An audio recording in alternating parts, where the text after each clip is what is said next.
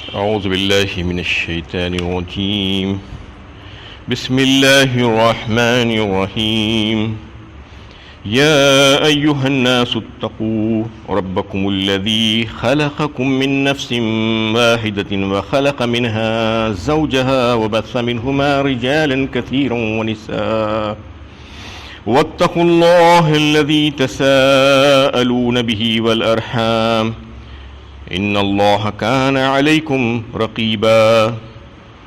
اے لوگو، اپنے رب سے ڈرو جس نے تم کو ایک جان سے پیدا کیا اور اسی سے اس کا جوڑا بھی پیدا کر دیا، اور ان دونوں سے بکثرت مرد اور عورتیں پھیلا دی. اور اللہ سے ڈرو جس کے واسطے سے تم ایک دوسرے سے حقوق طلب کرتے ہو، اور خطا رحمی سے بچو. یقین جانو اللہ تعالیٰ تمہاری نگرانی کر رہا ہے. یہاں سے سورہ نساء شروع ہو رہی ہے. یہ مدنی صورت ہے، 176 آیتوں پر مشتمل. اس صورت میں ایک مقام پر نساء کا لفظ آیا ہے.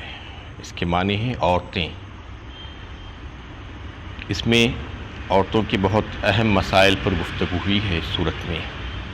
اس کے علاوہ بھی قرآن کریم میں 2 اور صورتیں ہیں جس پر عورتوں کے مسائل پر بات ہوئی ہے. ایک تو سورہ نور ہے، سورہ احزاب ہے.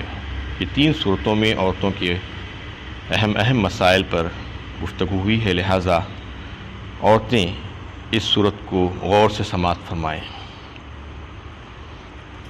اس صورت میں کو شروع ہونے سے پہلے ہم اس کے پس منظر اور اس کے شان نزول کے بارے میں ذرا تھوڑا سا جان لیں تو زیادہ سمجھنے میں آسانی ہوگی.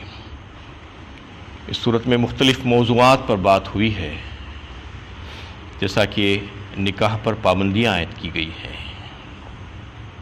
اور معاشرے میں مرد اور عورت کے جو تعلقات ہے اس پر حد بندیاں عائد کی گئی.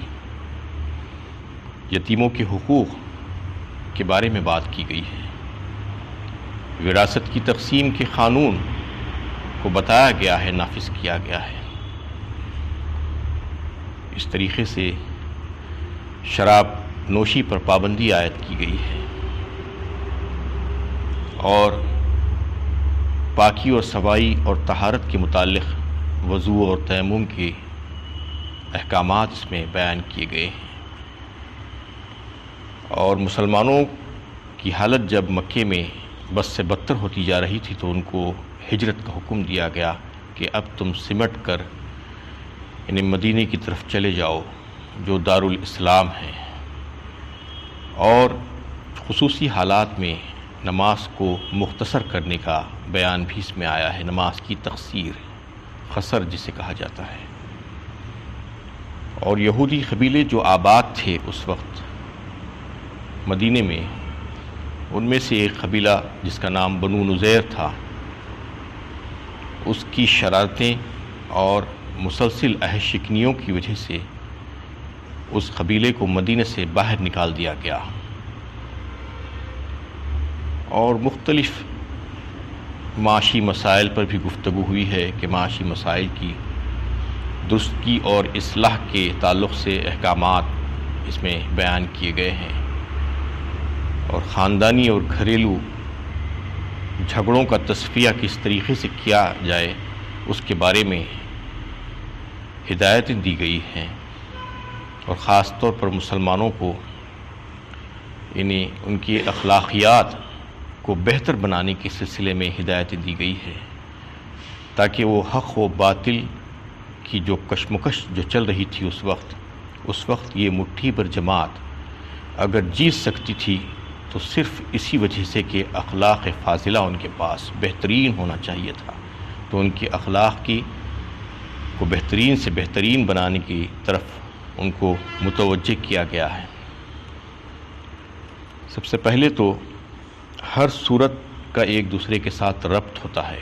اس سے پہلے جو صورت گزری ہے سورہ آل عمران، اس کے آخر میں تقویٰ کی بات کی گئی تھی، اللہ سے ڈرنے کی. یا ایھا الذین آمنوا اصبروا وصابروا ورابطوا واتقوا اللہ لعلکم تفلحون کہہ کر ختم کیا گیا تھا اس صورت کو.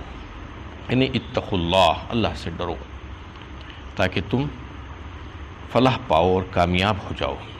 اس صورت کی شروعات تقوی ہی سے شروع ہو رہی ہے، یعنی وہاں پر تقوی پر ختم ہوئی بات اور پھر یہاں پہ تقوی سے شروع ہوئی۔ یہ ربط اور تعلق ہے دونوں صورتوں کے درمیان۔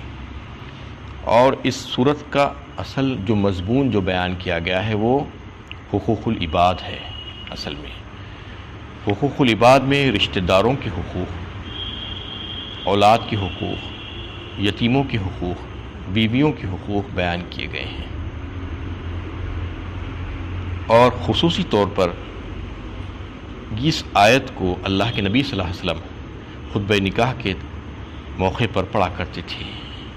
یہ سورہ نساء کی جو پہلی آیت ہے، اس میں 2 بار اتقوا اللہ کہا گیا ہے، اللہ سے ڈرنے کے لیے کہا گیا ہے۔ اس میں یہ بتانا مقصود تھا کہ تمہاری ذات کی کفیل پرورش کرنے کی جو ذات مبارکہ ہے، جو کفیل ہے، اس کے جو ہے کفالت کے مظاہر تمہاری زندگی کی ہر لمحے تم اس کا مشاہدہ کرتے رہتے ہو، یعنی وہ ذات مبارکہ رب کریم جو تمہاری پرورش کی کفیل ہے، تو اس کی تم مخالفت کیسے کر سکتے ہو؟ اس کی مخالفت اور ناراضگی سے تم بچو، یہ کہا گیا ہے۔ اور اس میں ایک پہلو یہ ہے، اتقوا اللہ کہہ کر جو بات بتائی گئی ہے، دنیا کے بہت سے معاملات ایسے ہوتے ہیں جس کو قانون اور زور سے طے کیا جا سکتا ہے، حکومت کے ذریعے سے قوانین بنا کر اس کو لوگوں کے حقوق دلائے جا سکتے ہیں، جیسا کہ مثال کے طور پر عام معاملات، کاروبار، خرید و فروخت اور مزدوری، اجرت، اس قسم کے کئی ایک چیزیں ہوتی ہیں جس کو بذریعہ قانون اور بذریعہ زور اس کو دلایا جا سکتا ہے، قانون نافذ کر کے دلایا جا سکتا ہے، اس کو معاہدات کے ذریعے سے اور صلح کے ذریعے سے لوگوں کے حقوق دلائے جا سکتے ہیں۔ لیکن بعض معاملات ایسے ہوتے ہیں جو بذریعہ قانون نہیں دلائے جا سکتے، بہت مشکل ہوتا ہے وہ بذریعہ قانون دلانا۔ وہ سارے معاملات جس میں یعنی جیسے عورتیں ہیں، والدین ہیں، اولاد ہے یا یتیم بچے ہیں، وہ خود آپ کے پاس رہتے ہیں، آپ کی کفالت میں رہتے ہیں، آپ کے گھر میں رہتے ہیں، تو ان کو قانون کے ذریعے سے اگر ان کے حقوق ہیں جو ادا کرنے کے لیے کہا جائے گا تو وہ مکمل طور پر ادا نہیں ہو سکتے، اور ان کو ایک پیمانے میں رکھ کر ناپا اور تولا نہیں جا سکتا۔ جہاں جہاں پر اس قسم کی جو ہے حقوق کی بات ہوتی ہے، جہاں پر حقوق حق تلفی ہو سکتی ہے، کیونکہ وہ حقوق بالکل اس طریقے سے ادا کیے جا سکتے ہیں کہ ادب و احترام کے ساتھ، ہمدردی اور خیر خواہی کا پہلو دل میں رکھتے ہوئے، ورنہ قانون کی بات اگر کہی جائے گی تو کسی کو جو ہے اس کے گھر کے اندر کس طریقے سے کام کرنا ہے، کس طریقے سے ایک دوسرے کے باہمی حقوق ادا کرنا ہے، اس پر پابند نہیں کیا جا سکتا۔ ایسے موقعوں پر اللہ کا ڈر دلا کر وہ قانون کو نافذ کیا جاتا ہے۔ جہاں جہاں پر اس قسم کے جو ہے حقوق کی ادائیگی کا معاملہ ہوتا ہے، جہاں پر قانون کے ذریعے سے اس کو ادا کرنا بڑا مشکل ہو جاتا ہے، وہاں پر جو ہے اللہ کا ڈر دلایا جاتا ہے کہ خوف خدا اور خوف آخرت، یعنی ڈرو اس اللہ سے جس نے تم کو پیدا کیا، یہ کہہ کر، اور پھر ایک دن تم سب کو اس کے پاس جمع ہونا ہے اور تمہاری زندگی کے ہر لمحے کا حساب تم کو اس کو دینا ہوگا، یہ کہہ کر ڈرایا جاتا ہے۔ یہی اتقوا اللہ ہے، اس کی تعبیر جو ہے تقوی سے کی گئی ہے۔ تو ایسے تمام مقامات پر آپ دیکھیں گے کہ جہاں جہاں پر اس قسم کی آیتیں آئیں گی، اس قسم کے حقوق بیان کیے جائیں گے، جو کمزور طبقہ ہوتا ہے معاشرے کا، تو وہاں پر بذریعہ قانون اور زور لگا کر وہ قانون کو نافذ کرنے کے بجائے اللہ تعالیٰ نے یہ حکیمانہ طریقہ جو ہے اس کو اختیار کیا ہے ہر موقع پر۔ اللہ کے نبی صلی اللہ علیہ وسلم اسی وجہ سے نکاح کے موقع پر اس آیت کو پڑھا کرتے تھے، تاکہ اس میں بھی عورتوں کے حقوق، زوجین کے حقوق کی بات ہوئی ہے۔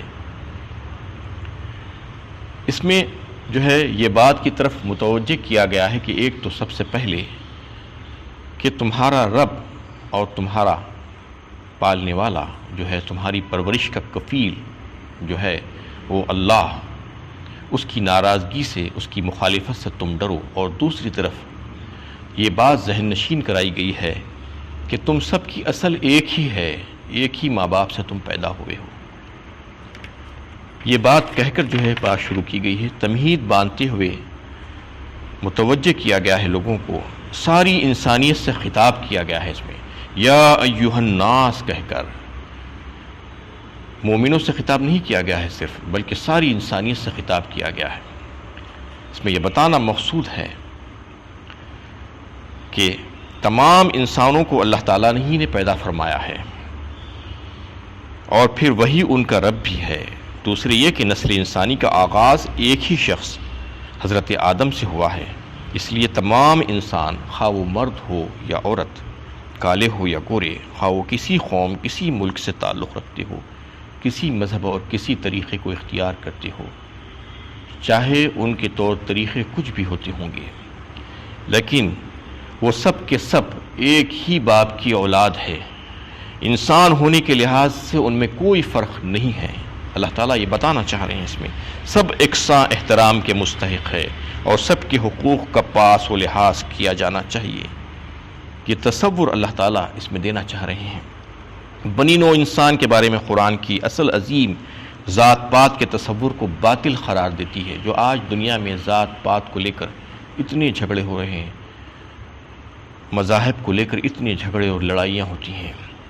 ان تمام باتوں کو یہ آیت جو ہے یہ تصور دیتی ہے کہ وہ سب کے سب باطل ہیں اور غلط ہے، جبکہ سب کے سب سارے انسان ایک ہی باپ کی اولاد ہے۔ تو اس کا مطلب یہ ہوا کہ سب ایک دوسرے کے بھائی بہن ہیں۔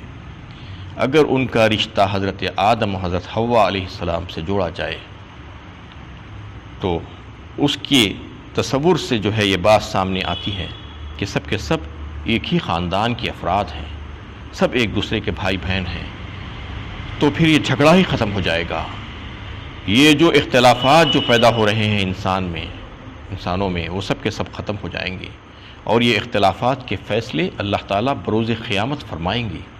ان اللہ یحکم بینہم فیما ھم فیہ یختلفون، فرمایا اللہ تعالیٰ نے۔ آج جھگڑنے کی ضرورت نہیں ہے، تم کو صحیح اور غلط راستہ بتا دیا گیا ہے، تمہاری رہنمائی اور ہدایت کے لیے ہم نے بہترین طریقے استعمال کیے ہیں۔ انبیاء کرام کو بھیجا، آسمانی کتابیں نازل فرمائی، اس کے بعد بھی اگر کوئی جھگڑنا چاہتا ہے تو مت جھگڑو کہا گیا ہے۔ جھگڑنے کی ضرورت نہیں ہے، انسان ایک دوسرے سے نہ جھگڑے، بلکہ بحیثیت انسان سب ایک دوسرے کے بھائی بہن ہیں، اس میں کوئی فرق نہیں ہے، سب یکساں احترام کی قابل ہے، سب کا جو ہے احترام ہونا چاہیے، چاہے وہ کسی مذہب سے تعلق رکھتے ہوں۔ نیز اس مشرکانہ تصور کی بھی جڑ کاٹ دیتی ہے یہ آیت کہ اونچی ذات والے جو دیوتاؤں کی نسل ہے اور نیچی ذات والے راکشسوں کی نسل ہے، جیسا کہ ہمارے اہل وطن جو ہے اس میں ذات پات کا جو ہے جو تصور لے کر رکھے ہیں، یہاں پر ایک اونچی ذات ہے ان کے پاس اور ایک نچلی ذات ہے۔ اونچی ذات کو دیوتاؤں کا تصور کرتے ہیں ان کی نسل، اور نچلی ذات والوں کو جو ہے وہ راکشسوں کی نسل سے تصور کرتے ہیں۔ یہ سب کے سب غلط تصورات ہیں، اس کو یہاں پر مٹا دیا گیا ہے اور بتایا گیا ہے کہ یہ تصورات بالکل غلط ہے۔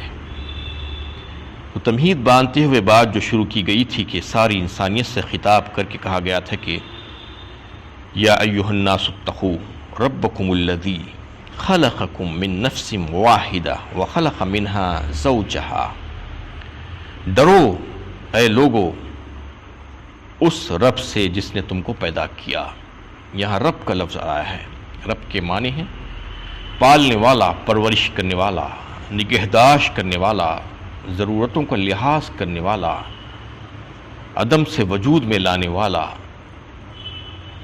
یہ ساری جو ہے معنی اس کے آتے ہیں۔ رب کا لفظ لا کر یہاں پر لوگوں کو متنبہ کیا گیا ہے، خبردار اور متوجہ کیا گیا ہے کہ جس نے تم سب کو پیدا کیا ہے، کس سے؟ من نفس واحدہ، ایک ہی ذات سے، حضرت آدم ابو البشر کی طرف اللہ تعالیٰ نے جو ہے اس بات کو پھیرا ہے۔ وَخَلَقَ مِنْهَا زَوْجَهَا، اور پھر اس سے اس کا جوڑا بھی پیدا فرما دیا۔ مطلب حضرت حوا کو حضرت آدم ہی سے پیدا کیا گیا۔ یہ بات یہاں سے ثابت ہوتی ہے۔ کس طریقے سے پیدا کیا گیا اس میں اختلافات ہیں۔ قرآن تو کہیں کہیں پر یہ نہیں بتاتا کہ حضرت حوا علیہ السلام کی پیدائش کس طریقے سے ہوئی ہے، لیکن احادیث اس سلسلے میں کچھ ملتی ہیں۔ ایک حدیث جس کو حضرت عبداللہ ابن عباس رضی اللہ تعالیٰ عنہ روایت کرتے ہیں کہ فرمایا کہ عورت کو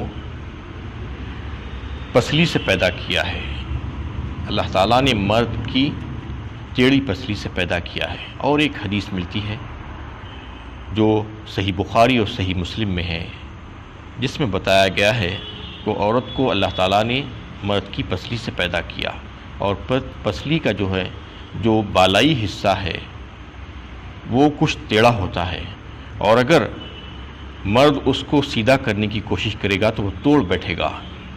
چاہیے کہ وہ اس کو جیسا ہے ویسا ہی استعمال کرے، کچھ کجی کے ساتھ۔ یہ کچھ احادیث اس سلسلے میں ملتی ہیں، لیکن زیادہ انہیں قرآن میں اس تعلق سے زیادہ تر بات نہیں آئی ہے۔ بس اتنا ہی کہا گیا ہے کہ انہی سے ان کی زوجہ اس کے جوڑے کو پیدا کر دیا ہم نے۔